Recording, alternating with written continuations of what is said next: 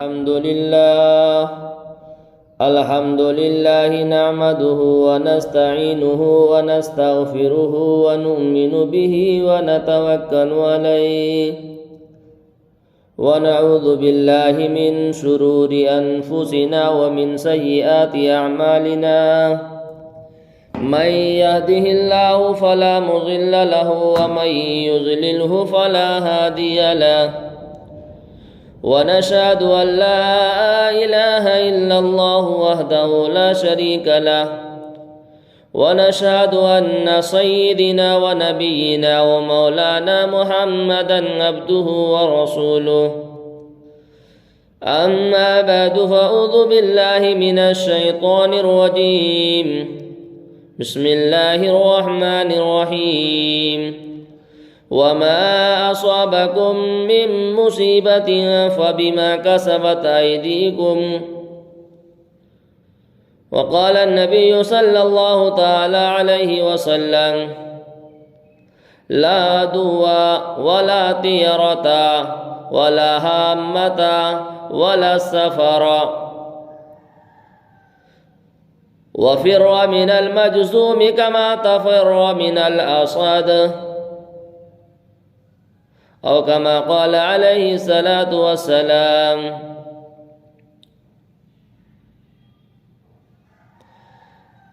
محترم سامعین کرام اور نوجوانان ملت،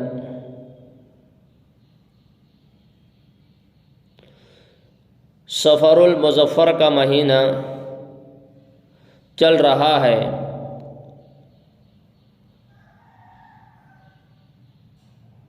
یہ اسلامی کیلنڈر کا دوسرا مہینہ ہے۔ سال کا پہلا مہینہ محرم الحرام ہے اور دوسرا مہینہ سفر المظفر۔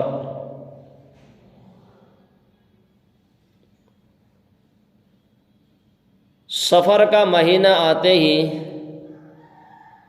لوگوں کے ذہن میں ایک بات آتی ہے، ایک خیال آتا ہے،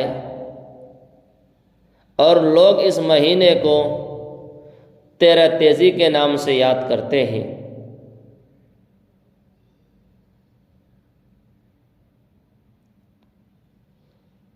محترم سامعین کرام، تیرہ تیزی کی حقیقت کیا ہے؟ تیرہ تیزی کس وجہ سے کہا جاتا ہے؟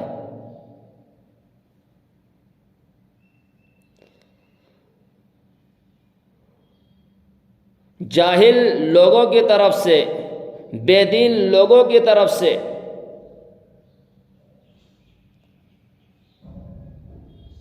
تیرہ تیزی والا رسم ادا کیا جاتا ہے، اور لوگ اس سفر کے مہینے کو منحوس سمجھتے ہیں۔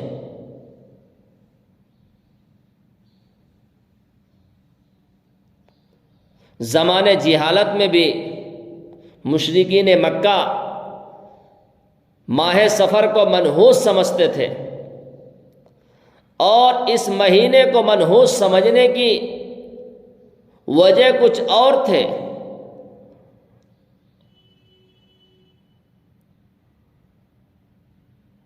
اور آج کا مسلمان بھی اس مہینے کو منحوس سمجھتا ہے، اور ان کا منحوس سمجھنے کا وجہ کچھ اور ہے۔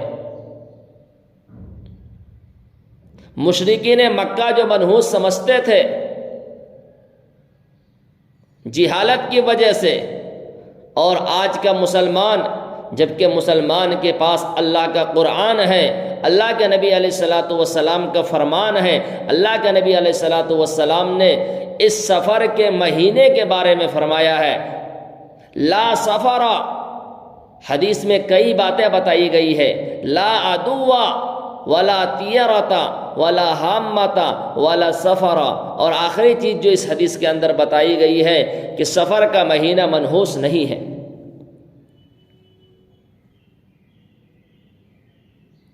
جب اللہ کے نبی صلی اللہ علیہ وسلم نے اس مہینے کے تعلق سے بتایا کہ سفر کا مہینہ منحوس نہیں ہے، تو پھر آج کا مسلمان منحوس اس مہینے کو کیوں سمجھ رہا ہے؟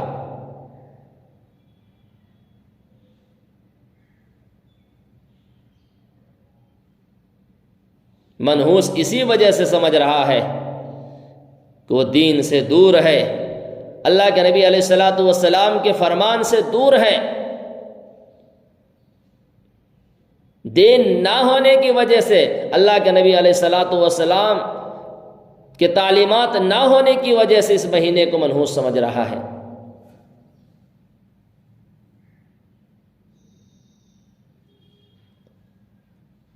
میرے بھائیوں، سفر کا معنی خالی کا آتا ہے، صفر، یعنی کچھ نہیں، خالی ہے۔ مشرکین مکہ کا یہ خیال تھا، صفر ہے، خالی ہے، اس مہینے میں ہمارا کوئی کام نہیں بنتا، اس مہینے میں ہمارے کوئی مسئلے حل نہیں ہوتے، اسی وجہ سے وہ اس مہینے کو منحوس سمجھتے تھے۔ اور بعض جگہ پر یوں آتا ہے کہ سفر کا مہینہ خالی ہے،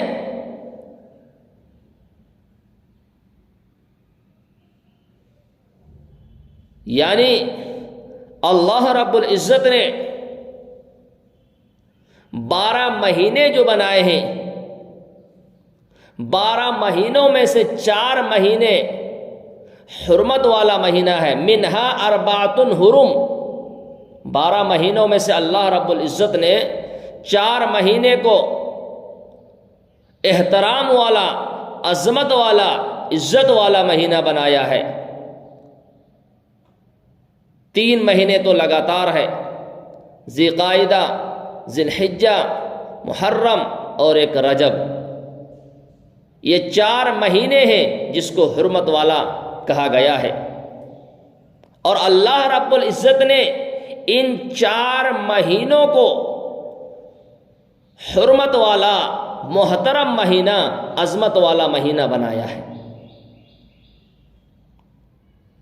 حالانکہ دور جہالت میں مشرکین مکہ، کفار مکہ، ہر طرح کی برائیاں ان کے اندر تھی، زنا کرنا، چوری کرنا، ڈاکہ ڈالنا، مظلوموں پر ظلم و ستم ڈھانا، مسافروں کے مال کو لوٹ لینا وغیرہ وغیرہ، یہ ساری برائیاں ان کے اندر تھی۔ جنگ و جدال کرنا، خون خرابے کرنا، یہ ساری بیماریاں ان کے اندر تھی، ساری برائیاں ان کے اندر تھی۔ لیکن جب یہ 4 مہینے آتے تھے تو کفار مکہ بھی ان تمام برائیوں کو چھوڑ دیتے تھے۔ ان 4 مہینوں میں نہ وہ لڑائیاں کرتے تھے، نہ جنگ و جدال کرتے تھے، نہ چوری کرتے تھے، نہ ڈاکہ ڈالتے تھے، نہ کسی مسافروں کو مال کو لوٹتے تھے۔ سارے کام کو اس مہینے کی ادب کی وجہ سے، محترم والا مہینہ ہونے کی وجہ سے سارے کام کو چھوڑ دیتے تھے۔ لیکن جیسا ہی محرم الحرام کا مہینہ ختم ہو جاتا، سفر کا مہینہ شروع ہوتا، تو اشہر حرم میں سے سفر کا مہینہ نہیں ہے۔ تو اسی لیے میں نے علماء کی زبان سے سنا ہے، فرماتے ہیں کہ سفر کا مہینہ شروع ہوتے ہی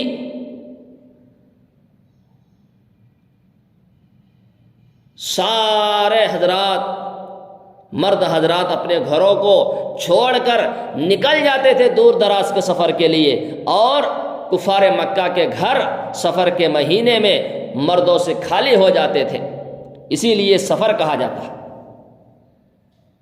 اور بعض جگہ پر یوں آتا ہے، بعض روایات میں، کہ سفر ایک بیماری کا نام ہے، جو بیماری انسان کے جسم میں اگر لگ جائے تو وہ ایسی بیماری ہے کہ انسان کو بھوک لگنے لگتی ہے، ہر ہمیشہ کھانے کی چاہت ہوتا ہے اور کھاتا ہے، کتنا کھانے کے باوجود بھی اس کی بھوک نہیں مٹتی، اور اسی طرح سے بھوک کی وجہ سے تڑپ تڑپ کر اس بیماری کی وجہ سے انسان مر جاتا ہے۔ تو اس بیماری کا نام سفر ہے۔ ایک روایات میں یوں ہے، جسم میں ایک کیڑا ہے جس کا نام سفر ہے، اور جب وہ کیڑا انسان کو کاٹتا ہے جسم میں تو فرماتے ہیں اس کے زہر کی وجہ سے انسان کے جسم میں جلن ہونے لگتا ہے اور انسان ختم ہو جاتا ہے۔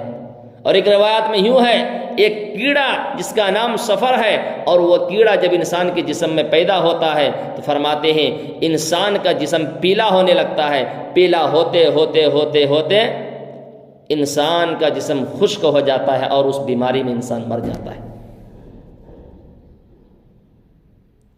تو مشرکین مکہ اس وجہ سے سفر کے مہینے کو منحوس سمجھتے تھے، اور آج کا مسلمان اس مہینے کو منحوس اس وجہ سے سمجھتے ہیں، ان کا خیال یہ ہے کہ اس مہینے میں اللہ کے نبی صلی اللہ علیہ وسلم کو بیماری لگی ہے۔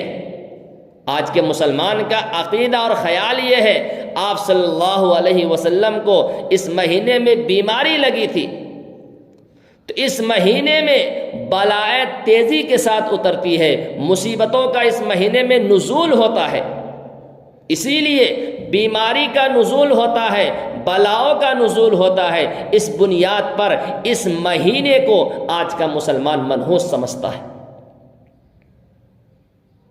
پہلی بات تو آپ کو میں یہ واضح کر دوں، یہ سمجھا دوں، ان کا عقیدہ یہ ہے، آج کا مسلمان جو اس مہینے کو منحوس سمجھتا ہے، ان کا عقیدہ یہ ہے، ان کا کہنا یہ ہے کہ سفر کے شروع کے 13 دن جو ہے، شروع کے ایک سفر کے 1 تاریخ سے لے کر 13 تاریخ تک، سفر کے شروع کے 13 دن جو ہے، یہ 13 دن میں خصوصیت سے تیزی کے ساتھ بلائیں اترتی ہے، تیزی کے ساتھ بلائیں اترتی ہے، اسی لیے اس کو 13 تیزی کہا جاتا ہے۔ اسی بلا کی وجہ سے اللہ کے نبی صلی اللہ علیہ وسلم کو بیماری لگی۔ آج کے مسلمانوں کا خیال یہ ہے، لیکن آپ کو بتاؤں یہ سراسر غلط ہے۔ ہاں، حدیث پاک میں یہ بات ہے کہ آپ صلی اللہ علیہ وسلم 13 دن تک بیمار رہے، حدیث میں یہ بات آپ کو ملیں گے، آپ صلی اللہ علیہ وسلم 13 دن تک بیمار رہے، لیکن 13 دن تک جب بیمار رہے تو اسی بیماری میں آپ صلی اللہ علیہ وسلم اس دنیا سے رخصت فرما کر تشریف لے گئے، اس دنیا سے پردہ فرمائے۔ تو جان لے، بچہ اس بات کو جانتا ہے کہ آپ صلی اللہ علیہ وسلم جب اس دنیا سے تشریف لے گئے ہیں، آپ کی وفات ربیع الاول کی 12 تاریخ کو ہے۔ آپ صلی اللہ علیہ وسلم 12 ربیع الاول کو وفات ہوا ہے، تو آپ صلی اللہ علیہ وسلم کو جو بیماری لگی ہے سفر کے شروع کی تاریخ میں نہیں بلکہ سفر کے آخری تاریخ میں آپ علیہ الصلوۃ والسلام بیمار ہوئے۔ تو جو یہ لوگ کہتے ہیں 13 دن میں بلائیں کثرت کے ساتھ اترتی ہے، 13 دن آپ صلی اللہ علیہ وسلم بیمار رہے، تو یہ شروع کے 13 دن میں نہیں بلکہ سفر کے آخری تاریخ میں آپ علیہ الصلوۃ والسلام کو بیماری لگی، اور ربیع الاول کے مہینے تک یہ بیماری چلی، اور اسی بیماری میں آپ علیہ الصلوۃ والسلام دنیا سے پردہ فرما گئے۔ تو اس بات سے ان کا یہ عقیدہ، ان کا یہ خیال غلط ہوا۔ کسی کتاب میں آپ کو یہ بات نہیں ملے گی کہ آپ صلی اللہ علیہ وسلم سفر کے شروع کے 13 تاریخ میں بیمار ہوئے، تو یہ بات غلط ثابت ہوگی۔ دوسری بات،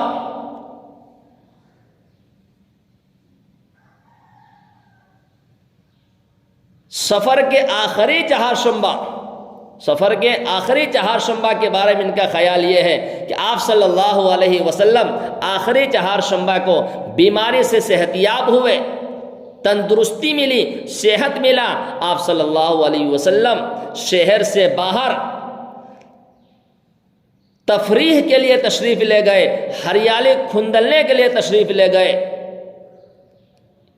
تو اس من گھڑت روایات کو سامنے رکھ کر آج کا مسلمان بھی یہ ہیلا بہانہ بنا کر سفر کے آخری چہارشنبے کو تفریح کے لیے پارکوں میں لے جاتے ہیں، تفریح کے لیے اور بھی جنگلوں میں جاتے ہیں، وہاں پر کھانے وغیرہ کا انتظام کرتے ہیں، وہاں پر پورا دن کھاتے ہیں، پیتے ہیں اور جھولا جھولتے ہیں۔ جبکہ میرے بھائیوں آپ دیکھیں گے وہاں پر بے حیائی ہو رہی ہوگی، ایک طرف جھولے پر نوجوان لڑکا بیٹھا ہوا ہوگا، دوسرے طرف جھولے پر نوجوان لڑکی بیٹھی ہوئی ہوگی، وہاں پر جھولے پر بیٹھ کر نوجوان لڑکا لڑکی کو دیکھ رہا ہوگا، لڑکی دوپٹے کو اتار کر برقعے کو اتار کر جھولے پر بیٹھ کر لڑکوں کو دیکھ رہی ہوگی۔ آپ ذرا مجھے یہ بتاتے چلے کہ وہاں پر آخری چہارشنبے کے نام پر مرد عورت جو جمع ہو رہے ہیں، مرد عورت جو ایک جگہ پر اکٹھا ہو رہے ہیں، مرد عورت کو دیکھ رہا ہے، عورت مرد کو دیکھ رہے ہیں، کیا اسلام میں اس کی گنجائش ہے؟ عورت اگر گھر سے باہر نکلتی ہے شیطان فوراً اس کے پیچھے لگ جاتا ہے۔ مرد اور عورت کو ایک جگہ جمع ہونے سے اسی لیے منع کیا گیا ہے۔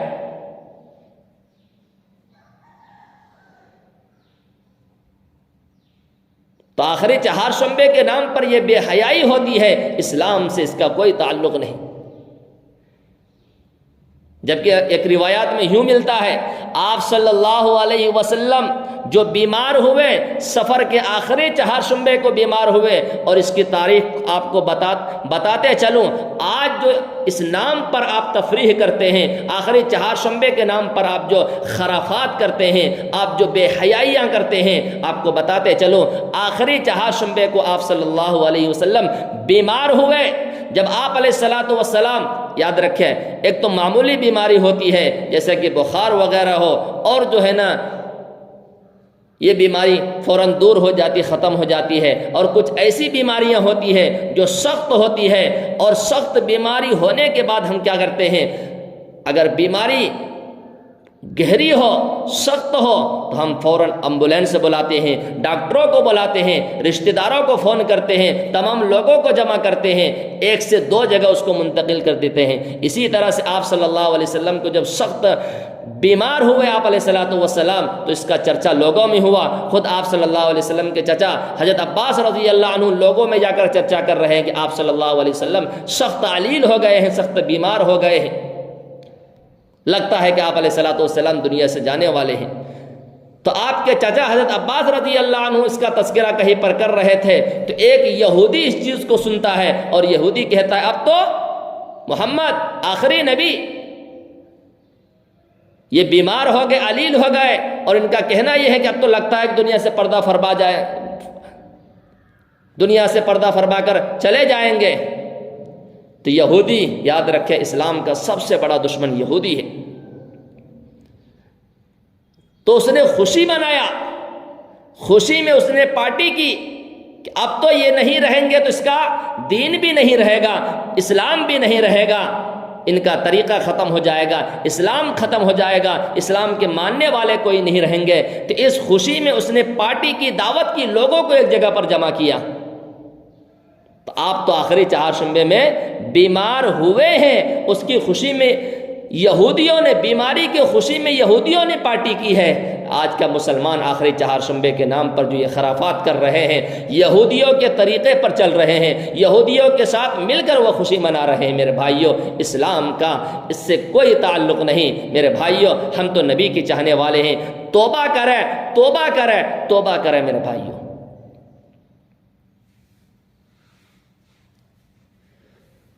اور دوسری چیز ان کا یہ ماننا ہے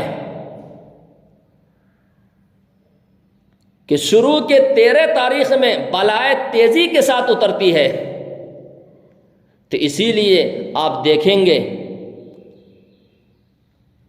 12 تاریخ کو رات میں گھر کے مستورات اپنے سرہانے، انڈے، دال، تیل، کچھ پیسے رکھ کر سو جائیں گے۔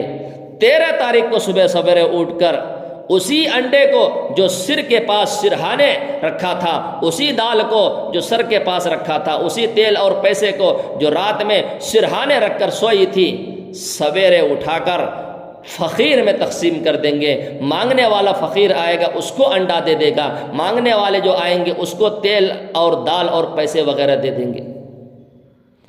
اور یہ عمل کر کے یہ خیال کرتے ہیں، یہ سوچتے ہیں جو بلائے ہمارے گھر میں ہم پر اتری ہے 13 دن تک،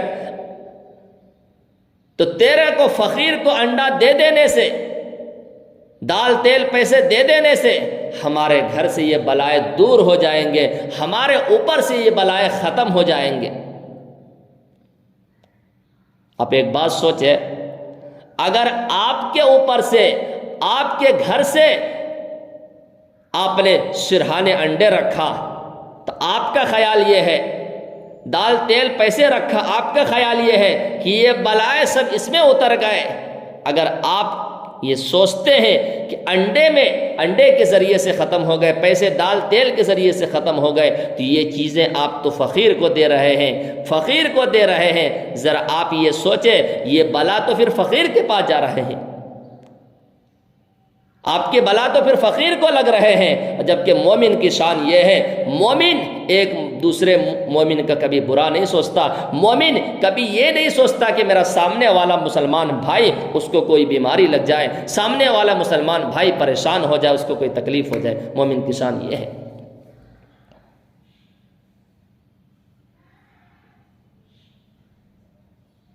آپ کو یہ طریقہ کس نے بتایا کہ انڈے رکھنے سے بلائے دور ہو جائیں گے، دال تیل پیسے رکھنے سے بلائے دور ہو جائیں گے؟ میرے بھائیوں، یہ قرآن والا عمل نہیں ہے، یہ حدیث والا عمل نہیں ہے، یہ صحابہ والا عمل نہیں ہے، یہ اولیاء والا عمل نہیں ہے، یہ صالحین والا عمل نہیں ہے، یہ بزرگوں کا عمل نہیں ہے، بلکہ میرے بھائیوں یہ جاہلوں کا عمل ہے، یہ ان پڑھوں کا عمل ہے، یہ بے دینوں کا عمل ہے۔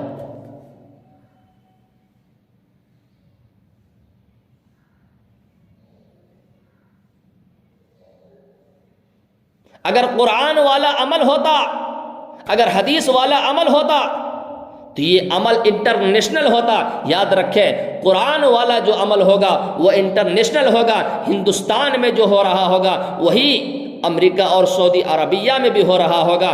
حدیث والا جو عمل ہوگا جو سعودی عربیہ میں ہو رہا ہے وہی ہمارے ہندوستان میں بھی ہوگا۔ لیکن جو عمل صرف ہمارے شہر میں ہو رہا ہے، ہمارے بستی میں ہو رہا ہے، ہمارے ملک میں ہو رہا ہے اور دوسرے ملک میں وہ عمل نہیں، تو یہ سمجھیں کہ وہ قرآن والا عمل نہیں ہے، وہ حدیث والا عمل نہیں ہے، وہ نبی والا عمل نہیں ہے، بلکہ وہ بدعات ہے۔ سنت انٹرنیشنل ہوتا ہے۔ آپ دیکھتے ہیں فجر کی سنت ہم لوگ پڑھتے ہیں، تو جو سنت ہم اپنی مسجد میں پڑھ رہے ہیں یہی سنت عرب کے لوگ بھی پڑھ رہے ہیں، یہی سنت یورپ کے لوگ بھی پڑھ رہے ہیں، یہی سنت دنیا کے کونے کونے کے مسلمان پڑھ رہا ہے۔ کیوں؟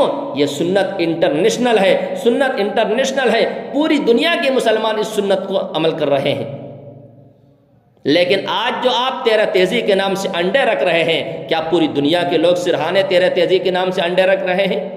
کیا دال رکھ رہے ہیں؟ کیا تیل رکھ رہے ہیں؟ کیا پیسے رکھ رہے ہیں؟ کیا یہ عمل پوری دنیا کے لوگ کر رہے ہیں؟ تو پتہ چلا نہیں کر رہے ہیں۔ جب کوئی نہیں کر رہے ہیں تو یہی بدعت ہے، یہی علاقائی عمل ہے، یہی بدعت ہے، بدعت ہے۔ اور بدعت کے بارے میں کہا گیا ہے وَكُلُّ بِدْعَةٍ ضَلَالَةٍ وَكُلُّ ضَلَالَةٍ فِي النَّارِ، ہر بدعتی گمراہی ہے اور ہم ہر گمراہ جہنمی ہے۔ ہمیں تو وہی عمل کرنا ہے جو اللہ کا قرآن کہتا ہے، جو اللہ کے نبی کا فرمان کہتا ہے، جو صحابہ کی زندگیوں میں تھی وہ عمل ہمیں کرنا ہے، جو اولیاء کرام کی زندگیوں میں تھے وہ عمل ہمیں کرنا ہے۔ ہمارا ہر عمل قرآن و سنت سے ثابت ہو، اجماع و قیاس سے ثابت ہو۔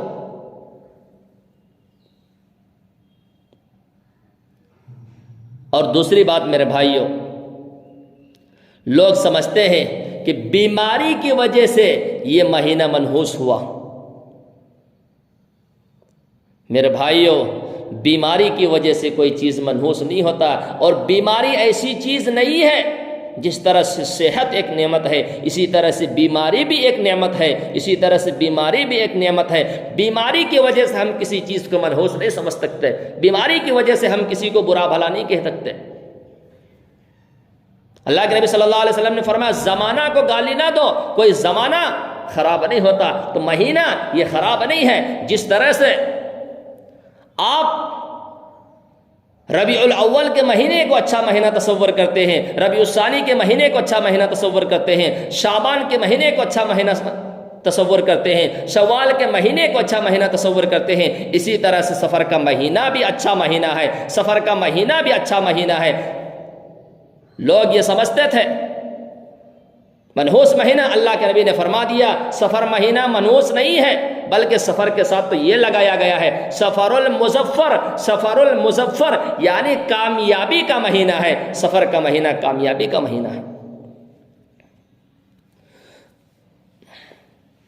محترم سامعین کرام، کوئی زمانہ، اللہ کے نبی نے فرمایا زمانہ کو گالی نہ دو، کوئی زمانہ برا نہیں ہے، ہاں وہ وقت برا ہے، وہ گھڑی برا ہے جس وقت میں انسان اللہ کی نافرمانی کرتا ہو، جس وقت میں انسان گناہ کا کام کرتا ہو، وہ گھڑی منحوس ہے، وہ وقت منحوس ہے جس گھڑی میں نافرمانی اور برا کام کر رہا ہے انسان۔ باقی کوئی ایام، کوئی مہینے، کوئی رات منحوس، یہ برا، یہ غلط نہیں ہے، سب ایک طرح ہے، سب ایک جیسا ہے۔ تو بیماری کی وجہ سے منحوس نہیں کہہ سکتے، بیماری بھی ایک نعمت ہے۔ اللہ کے نبی صلی اللہ علیہ وسلم کی خدمت میں ایک صاحب آئے اور اس کو بخار لگا ہوا تھا، تو بخار کو برا بھلا کہہ رہا ہے۔ اللہ کے نبی صلی اللہ علیہ وسلم نے فرمایا بخار کو برا بھلا نہ کہو، بخار کو برا بھلا نہ کہو، اس بخار کی وجہ سے اللہ رب العزت تمہارے گناہوں کو معاف کر رہا ہے۔ جس طرح سے لوہے کو آگ میں ڈالتا ہے تو آگ کی وجہ سے لوہے کی زنگ دور ہو جاتے ہیں، اسی طرح سے بخار کی وجہ سے اللہ رب العزت ہمارے گناہوں کو مٹا دیتا ہے، ہمارے گناہوں کو ختم کر دیتا ہے۔ اسی لیے صحابہ دعا کرتے تھے اللہ ہمیں بخار بھی ہو اور تیرے راستے میں جہاد بھی کرتے رہے، تاکہ جہاد کا ثواب الگ سے ملے، اور بخار رہیں گے تو بخار کی حالت میں ہمارے گناہ مٹتے رہیں گے، اور بخار کی حالت میں ہمیں نیکیاں الگ سے ملتا رہے گا۔ تو اس سے ہمیں یہ معلوم چلا بیماری کی وجہ سے ہم کسی زمانے کو، کسی مہینے کو برا بھلا یا منحوس نہیں سمجھ سکتے۔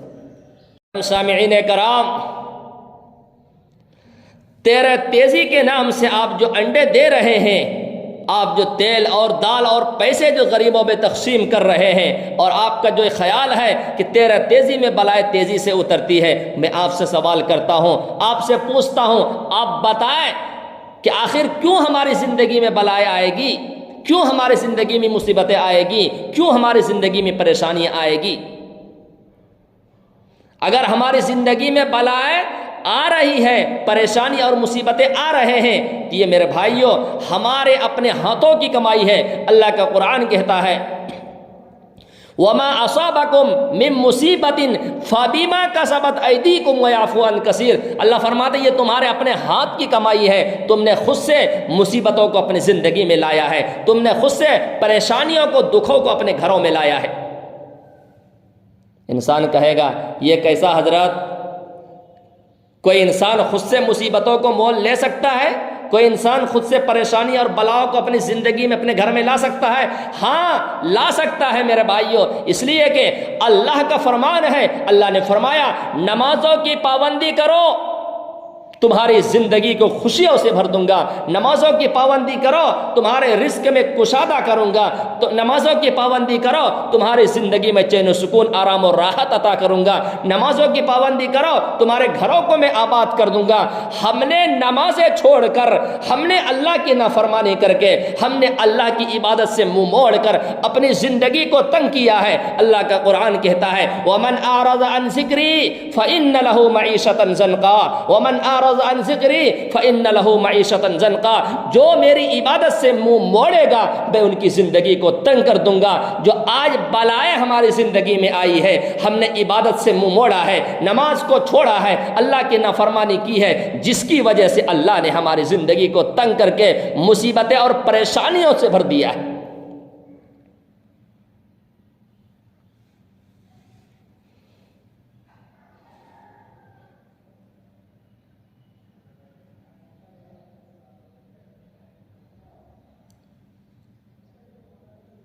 قرآن پاک کی تلاوت کرے، گھر میں رحمتوں کا نزول ہوگا، برکتوں کا نزول ہوگا، راحت کا نزول ہوگا۔ قرآن پاک کی تلاوت سے ہمارے گھر سے شیطانی اثرات دور ہوں گے، جناتی اثرات ختم ہوں گے، ہمارے گھر سے تمام بلائیں دور ہوں گے قرآن پاک کی تلاوت سے۔ ہم نے قرآن پاک کی تلاوت کو چھوڑا اور ٹی وی کو اپنی زندگی بنا لیا۔ 24 گھنٹہ ہمارے گھر میں ٹی وی چلتی ہے، 24 گھنٹے ہمارے گھر میں میوزک بجتا ہے، 24 گھنٹے ہمارے گھر میں گانے بجتے ہیں۔ گانے کی وجہ سے، میوزک کی وجہ سے، ٹی وی کی وجہ سے ہمارے گھر میں شیطان کا تسلط ہو گیا ہے، ہمارے گھر میں جنات کا تسلط ہو گیا ہے، ہمارے گھر میں بلائیں آ رہے ہیں، ہمارے گھر میں مصیبتیں اور پریشانیاں آ رہے ہیں۔ اس کا علاج صرف یہی ہے، قرآن کی تلاوت کرو، سارے بلائیں گھر سے نکل جائیں گے۔ قرآن چھوڑنے کی وجہ سے ہمارے گھر میں یہ بلائیں آ رہے ہیں۔ بیماری، اللہ نے زکوٰۃ کو تم پر واجب کیا ہے، اپنے مال سے گن کر زکوٰۃ کو نکالو، بیماری سے بچو گے۔ صدقات کو نکالو، بیماری سے بچو گے۔ یتیموں کا مال ان کو دیتے رہا کرو، بیماری سے بچو گے۔ ہم نے زکوٰۃ نکالنا بند کر دیا، بیماری ہمارے زندگی میں آئی۔ صدقات دینا بند کر دیا، بیماری ہم نے مول لے لیا۔ سائل کو دینا ہم نے بند کر دیا، ضرورت مندوں کو دینے ہم نے بند کر دیا۔ تو وہی زکوٰۃ کے مال ہم نے جو کھایا ہے، وہی حرام کا مال ہم نے جو کھایا ہے، حرام کا لقمہ ہمارے جسم میں جو گیا ہے، اسی کی وجہ سے ہمارے زندگی میں، ہمارے جسموں میں بیماری لگی ہوئی ہے۔ اگر بیماری سے بچنا ہے، لوگوں زکوٰۃ وقت پر نکالا کرو، خیرات دیا کرو، صدقات دیا کرو، سائل کو خالی ہاتھ نہ بھیجو۔ یہ عمل کرنے سے بلاؤں سے ہم بچیں گے۔ یہ چیزیں چھوڑنے کی وجہ سے ہماری زندگی میں بلائیں آ رہے ہیں۔